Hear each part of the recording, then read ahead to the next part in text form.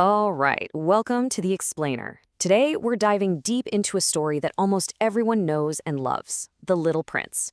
We're going to explore its surprisingly profound philosophy on love, on connection, and really what it means to see what truly matters in life. So, let's get started. I think this quote just nails it, right? The relationship with the rose, it isn't just some fairy tale element. It's a perfect mirror for those huge, unforgettable relationships in our own lives, the ones that kind of shape us.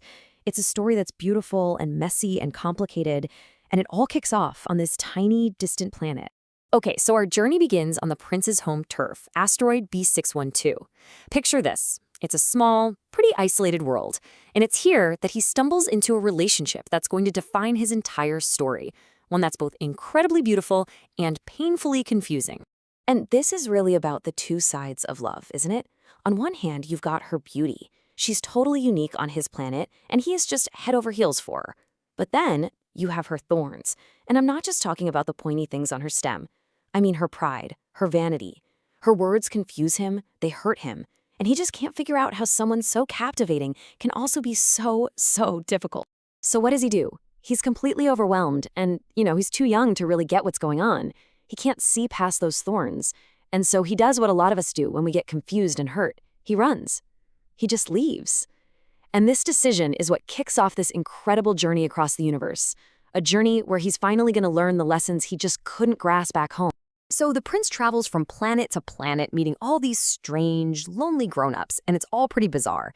But then he lands on Earth. And this is where everything changes. It's right here that he meets a fox, and this fox is about to reveal the one secret he's been searching for all along. The fox gives him this one really important word: taming. Now, when you hear taming, you might think of, controlling an animal. But that's not it at all.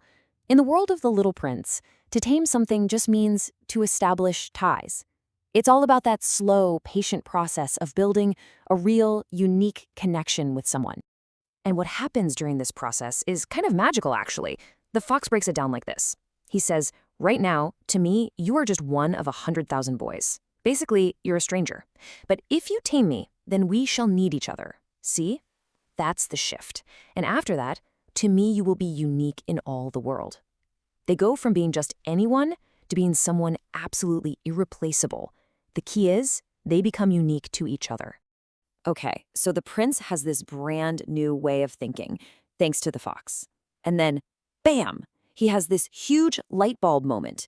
It all happens when he stumbles upon a garden just packed with thousands of roses, right here on Earth. Can you even imagine? He finds 5,000 roses, and they all look exactly like his rose, the one he thought was the only one in the entire universe. At first, he's just devastated. He thinks, she's not special at all. She lied to me. It feels like his whole world, his whole love for her, was based on a complete lie. But then he remembers what the fox told him, and it just clicks. It's not about being the only one of your kind in the world. It's about being the only one that matters to someone. Her importance wasn't some pre-existing fact he had to discover. It was something they created together. I mean, think about it. What made her special wasn't her appearance. It was all the shared experiences. It was the time he poured into her. He watered her. He protected her under a glass dome. He shielded her with a screen.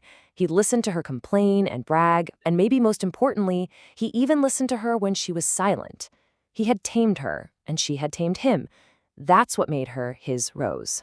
So this massive realization, it leads us straight to the absolute core philosophy of the whole book.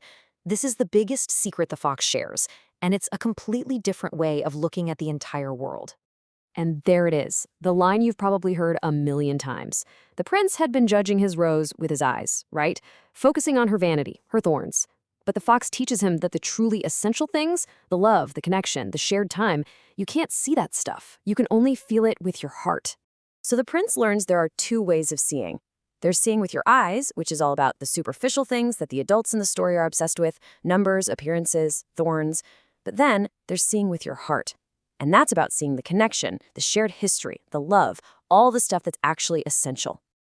And this brings us to the final, crucial piece of the puzzle for the prince. He starts to understand that this connection he's built through taming, it's not just a warm, fuzzy feeling. No, it comes with a profound, lifelong commitment. Love isn't just something that happens to you. It's an active choice. It's a promise to care for the one you've established ties with. As the fox says, you become responsible forever for what you have tamed. And suddenly, it's all crystal clear for the prince. He is responsible for his rose. So let's put it all together. It's almost like a formula for a real connection. Taming is how love starts, building that unique bond. Seeing with the heart is how you sustain it, focusing on what's truly essential. And responsibility? Well, that's how you practice it, day in and day out. These 3 ideas are the book's complete recipe for a meaningful relationship. And this is why the end of this story is so incredibly powerful. His choice to let the snake bite him, to shed his physical body, it seems tragic, but it's not just a sad ending. It's his ultimate act of responsibility.